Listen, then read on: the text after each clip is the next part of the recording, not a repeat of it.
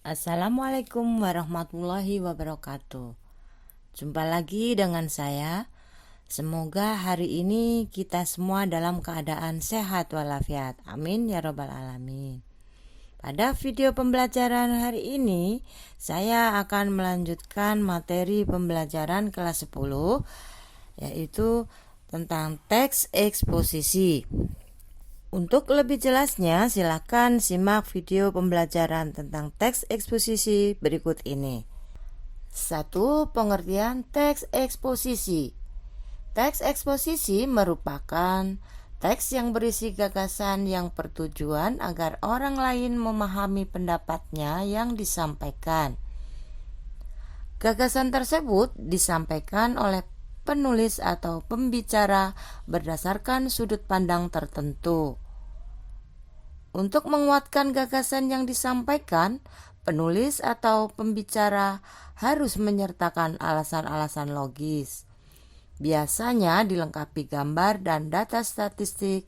Tujuannya agar pembaca mendapat informasi dan pengetahuan sejelas-jelasnya.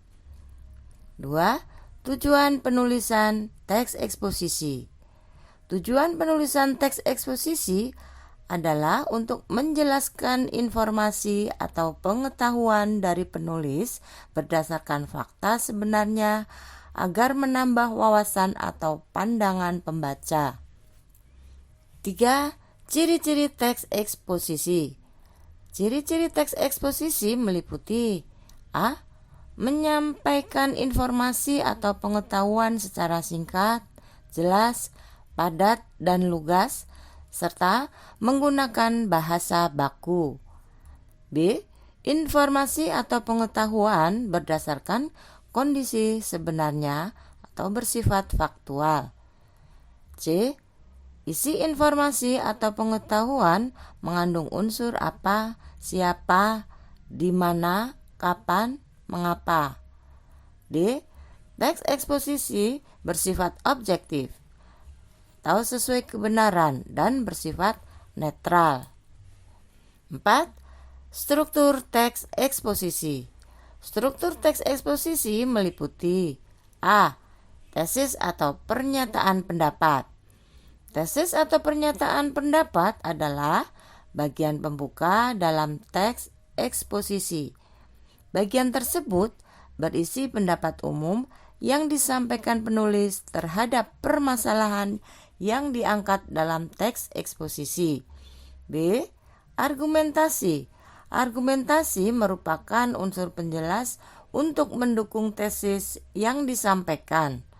Argumentasi dapat berupa alasan logis, data hasil temuan, fakta-fakta, bahkan pernyataan para ahli. Argumen yang baik harus mampu mendukung pendapat yang disampaikan penulis atau pembicara. C. Penegasan ulang. Penegasan ulang bertujuan untuk menegaskan pendapat awal serta menambah rekomendasi atau saran terhadap permasalahan yang diangkat. 5. Kaidah kebahasaan teks eksposisi. Kaidah kebahasaan teks eksposisi meliputi A. Menggunakan pronomina atau kata ganti, yaitu jenis kata yang menggantikan kata benda atau frase benda. Misalnya kata ganti orang, dia, ia, anda, kamu, aku, mereka, kita, kami, kalian, saudara, dan sebagainya. Kemudian kata ganti penunjuk seperti kata ini, itu, sini, situ, sana, dan sebagainya. Kemudian kata ganti penanya seperti kata apa, di mana, siapa, dan sebagainya. Yang B. Menggunakan konjungsi atau kata penghubung untuk memperkuat argumen. Misalnya kata sedangkan, kemudian, lebih lanjut, sehingga, sementara, ketika, agar, supaya, bahwa, melainkan, dan sebagainya. Yang C, menggunakan kata leksikal tertentu atau kata yang merujuk pada kamus, kata benda, kata kerja, kata sifat, dan kata keterangan. D, menggunakan bahasa yang jelas dan lugas. Informasi penting disampaikan dengan kata-kata yang jelas, umum, dan tidak berbelit-belit. E, menggunakan bahasa baku dan formal. Kata-kata dalam teks eksposisi harus bersifat baku sesuai kaidah ejaan dan resmi. 6. Jenis-jenis paragraf eksposisi. A. Paragraf eksposisi definisi adalah paragraf eksposisi yang memaparkan mengenai definisi atau pengertian suatu topik tertentu. B. Paragraf eksposisi proses adalah paragraf eksposisi yang berisi tahapan-tahapan atau cara-cara untuk melakukan sesuatu dari awal hingga akhir. C. Paragraf eksposisi laporan adalah paragraf eksposisi yang mengemukakan laporan sebuah peristiwa atau penelitian tertentu. D. Paragraf eksposisi pertentangan merupakan paragraf eksposisi yang berisi mengenai sesuatu yang bertentangan dengan sesuatu yang lain. E.